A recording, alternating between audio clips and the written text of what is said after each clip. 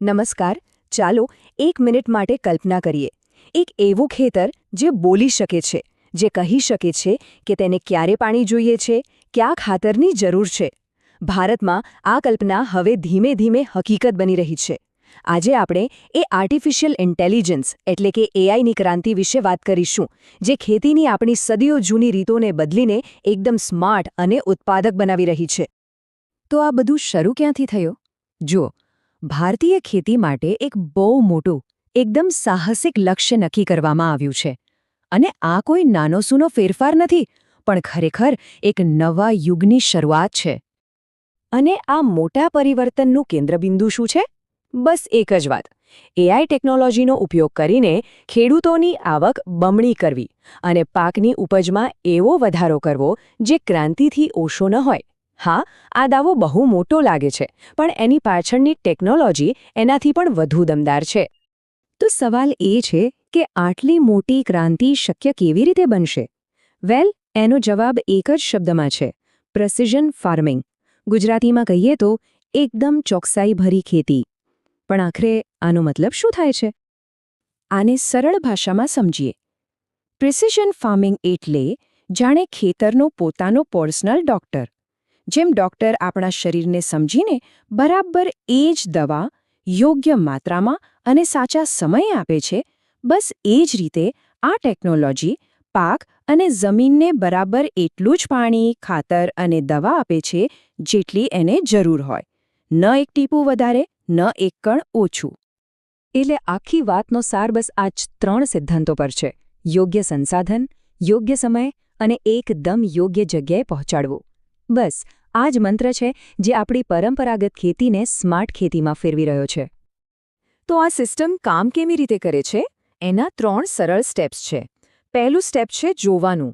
Drone અને sensors ખેતરના ખૂણે-ખૂણામાંથી માહિતી એકઠી કરે છે. બીજું સ્ટેપ છે વિચારવાનું. એઆઈ આ બધા ડેટાનું ઊંડાણપૂર્વક વિશ્લેષણ કરે છે, પેટર્ન શોધે છે. અને ત્રીજું અને છેલ્લું સ્ટેપ છે કામ કરવાનું.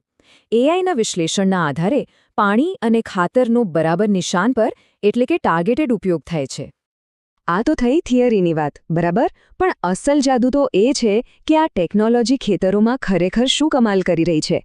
ચાલો એના 3 સૌથી શક્તિશાળી ઉદાહરણો જોઈએ.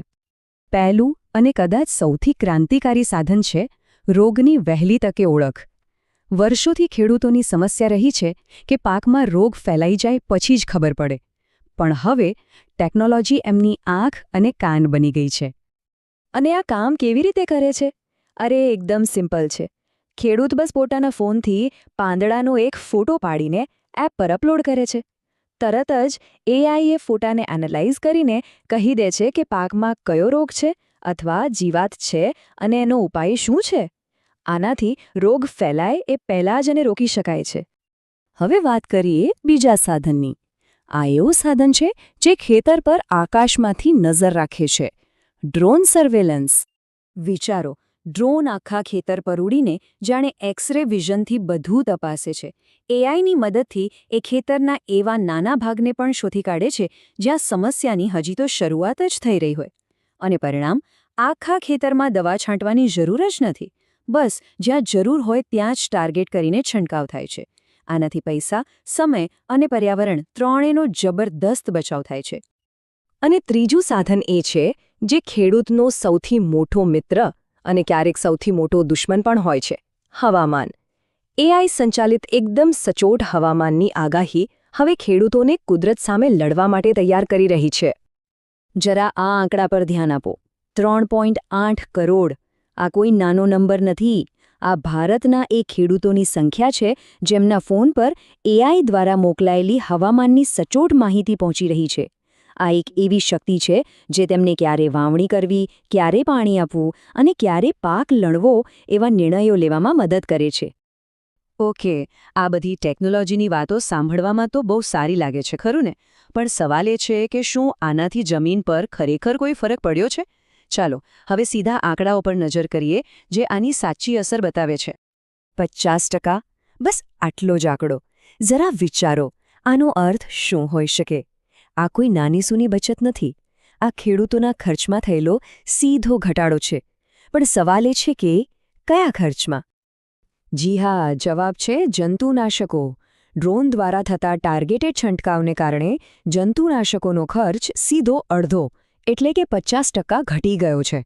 આ સ્પષ્ટપણે સાબિત કરે છે કે સાચી ટેકનોલોજી માત્ર ઉપજ નથી વધારતી, પણ ખિસ્સા પરનો બોજ પણ ઘટાડે છે. સારું, ખર્ચ તો ઘટ્યો, પણ ઉત્પાદનનું શું થયું? આ ચાર્ટ જુઓ. એઆઈની અસર ત્યાં પણ જબરદસ્ત છે. એક તરફ ઉપજની સચોટ આગાહીથી ઉત્પાદનમાં લગભગ 25થી 30%નો વધારો થયો છે, અને બીજી તરફ રોગની વહેલી ઓળખને કારણે 20થી 25% પાક બરબાદ થતો બચી ગયો છે. મતલબ કે ખેડૂતો હવે ઓછા ખર્ચે વધુ પાક મેળવી રહ્યા છે. અને અહીં આખું ચિત્ર એકસાથે સ્પષ્ટ થાય છે.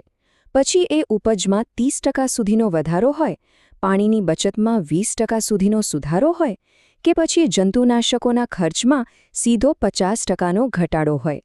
આ બધા આંકડા એક જ વાત સાબિત કરે છે: ખેતીમાં એઆઈનો દરેક ઉપયોગ એક નક્કર અને માપી શકાય એવું પરિણામ લાવી રહ્યો છે. આ કોઈ ભવિષ્યના સપના નથી, આ આજની હકીકત છે.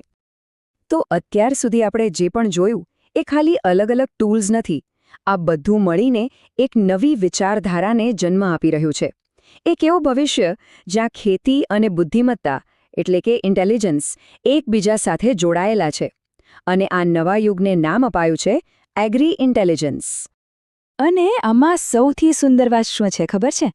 એ છે કે આ ટેકનોલોજી હવે માત્ર મોટા ફાર્મ હાઉસ કે નિષ્ણાતો સુધી સીમિત નથી. તે ભારતના એ નાના ખેડૂતોના હાથમાં પણ પહોંચી રહી છે, જેઓ કદાચ પહેલાં વિચારતા હતા કે આ બધું તેમના માટે નથી. આજ તો સાચી ક્રાંતિ કહેવાય. તો આ એગ્રી ઇન્ટેલિજન્સનું અંતિમ લક્ષ્ય શું છે? એ એક એવી સિસ્ટમ બનાવવાનું છે જ્યાં આપણે જાણી શકીએ કે આપણી થાળીમાં જે અનાજ છે તે કયા ખેતરમાંથી આવ્યું છે. તે જમીનને સ્વસ્થ રાખવામાં મદદ કરે છે, બજારમાં ભાવોને સ્થિર કરે છે, અને સૌથી અગત્યનું, તે ખેતીની એક એવી પદ્ધતિ બનાવે છે જે આવનારી પેઢીઓ માટે પણ ટકી શકે. તો આપણે જોયું કે કેવી રીતે ડેટા અને એઆઈ ભારતીય ખેતીમાં એક શાંત ક્રાંતિ લાવી રહ્યા છે, જે ઉપજ વધારી રહી છે અને ખર્ચ ઘટાડી રહી છે. પણ યાદ રાખજો, આ તો માત્ર શરૂઆત છે.